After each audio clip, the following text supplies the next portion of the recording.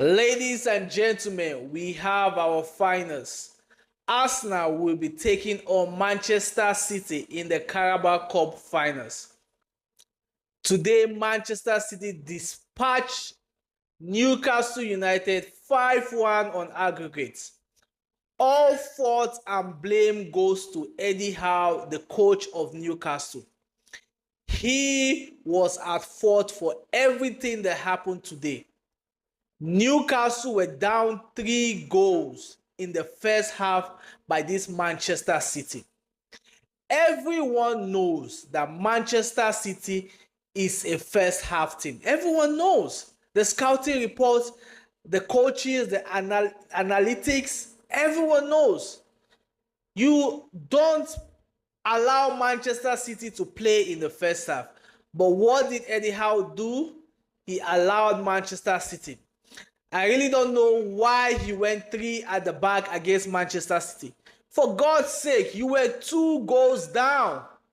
You were not leading. If you were leading and you were trying to preserve a lead, I understand. But you were 2 goals down. You needed to score goals in this game. I knew that for the moment Manchester City scored the goal, I knew the game was over. I knew. And this, to me, is Eddie Howe's fault. He's to be blamed. I personally think his reign as Newcastle manager might be coming to an end. Simply lack of proper signings. Like, sometimes I watch him coach. He plays with all wingers as his forwards when you have Watamade and Wissa as your strikers. Other times he plays 3 at the back.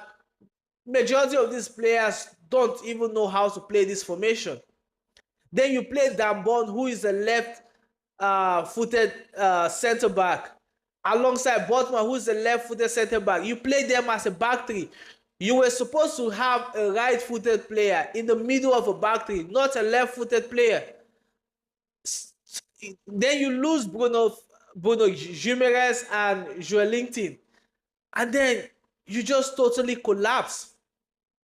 What is the formation? What is the essence of signing Jacob Ramsey, Anthony Elanga, and the rest? What was the idea of it?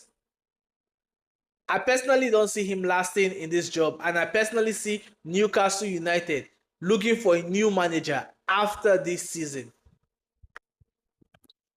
You also have to give Omar Mamouche credit. He was